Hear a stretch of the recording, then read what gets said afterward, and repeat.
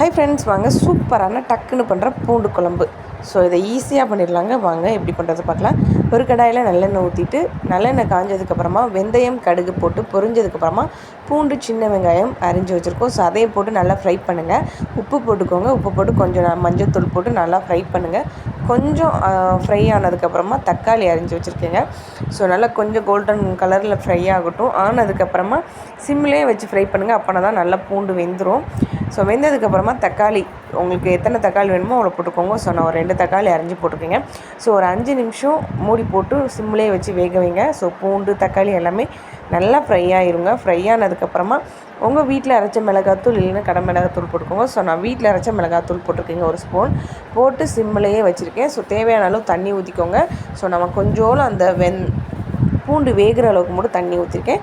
So 5 நிமிஷத்தில் இந்த குழம்பு வச்சிடலாங்க. இதே மாதிரி நீங்கள் ட்ரை பண்ணி பாருங்கள், சூப்பராக இருக்கும். ஸோ இந்த மாதிரி இப்போது மிளகாத்தூள் போட்டதுக்கப்புறம் தேவையான அளவு கொஞ்சோളം அந்த பூண்டு வேகிற அளவுக்கு மட்டும் தண்ணி ஊற்றி வச்சுக்கோங்க. ஸோ சூப்பராக வெந்ததுக்கப்புறமா ஒரு 5 நிமிஷம் மூடி போட்டு வைங்க. சூப்பரான பூண்டு குழம்பு ரெடிங்க. டக்குன்னு 5 நிமிஷத்தில் பண்ணிடுறாங்க. இதே மாதிரி நீங்கள் ட்ரை பண்ணி பாருங்கள். ஸோ புளி ஊற்றுறவங்க ஊற்றலாம். நான் தக்காளி தாங்க சேர்த்துருக்கேன். புளி பிடிக்காதனால தக்காளி போட்டிருக்கேன். உங்களுக்கு புளி வேணாலும் ஊற்றிக்கலாம் கொஞ்சோம்ல. ஸோ சூப்பராக இருக்குங்க. இதே மாதிரி நீங்கள் ட்ரை பண்ணி பாருங்கள். ஸோ அடுத்து என்ன ரெசிபி போடலான்னு கமெண்ட் பாக்ஸில் கமெண்ட் பண்ணுங்கள். ஸோ என்னோடய வீடியோஸில் நான் சாரீ பிஸ்னஸ் பண்ணுறேங்க. ஸோ வேணுங்கிறவங்க சாரீஸ் குர்த்திஸ் நைட்டிஸ் பிஸ்னஸ் பண்ணுறேன்.